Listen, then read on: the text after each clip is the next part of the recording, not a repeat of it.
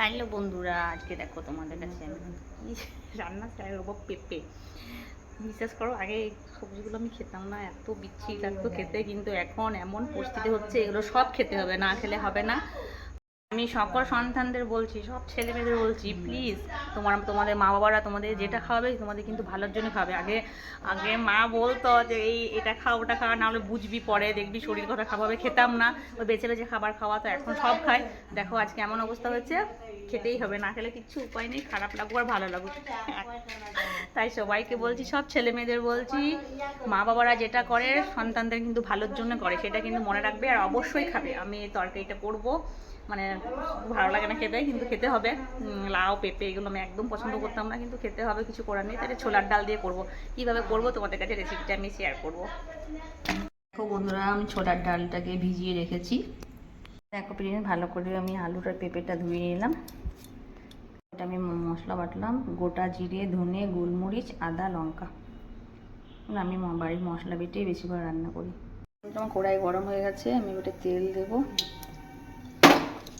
তেজপাতা দিলাম, পাঁচফোড়ন,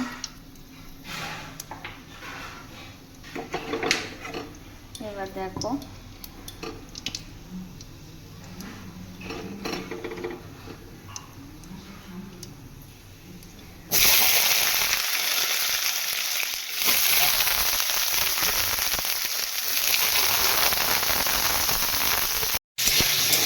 ভালো করে ভাজবো। দেখো বন্ধুটা আমার ভাজা হয়ে গেছে, আমি এবার মশলাটা দেবো।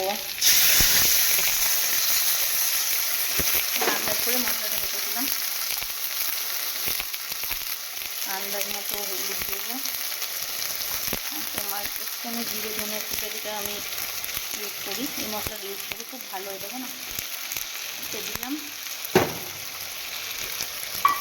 হালকা দিবানা মিষ্টি, চিনি, আর তোমার আন্দাজ মতো একটু নুন। ছোলার ডালটাতেও একটু নুনটা লাগবে। আর আমি শাহি গরম মশলা হালকা। তারপরে দেখো এটাকে আমি ভালো করে নাড়াচাড়া করছি। হ্যাঁ, এই তো নাড়াচাড়া করছি। ভাজা ভাজা যখন হয়ে যাবে তখন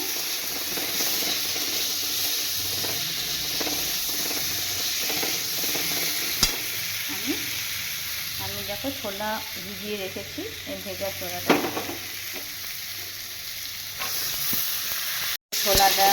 দিয়ে একটু হালকা নাড়াচাড়া করবো। তারপরে এটা আমাকে কুকারে দিতে হবে, যেহেতু ছোলার ডালটা এমনিতে সেদ্ধ হবে না, এটা কুকারে আমি দুটো সিটি দিলে আমার হয়ে যাবে। ফ্রেন্ডস, আমার পেঁপে দিয়ে ছোলার ডালের তরকারি করা হয়ে গেল। এবার এটাকে আমি একটু ছকে দেবো, মানে জিরে, পাঁচফোড়ন আর শুকনো লঙ্কা দিয়ে। শুকনো লঙ্কা, জিরে, মানে গোটা জিরে আর পাঁচফোড়ন দিলাম, এটা দিয়ে ছকে দিলাম।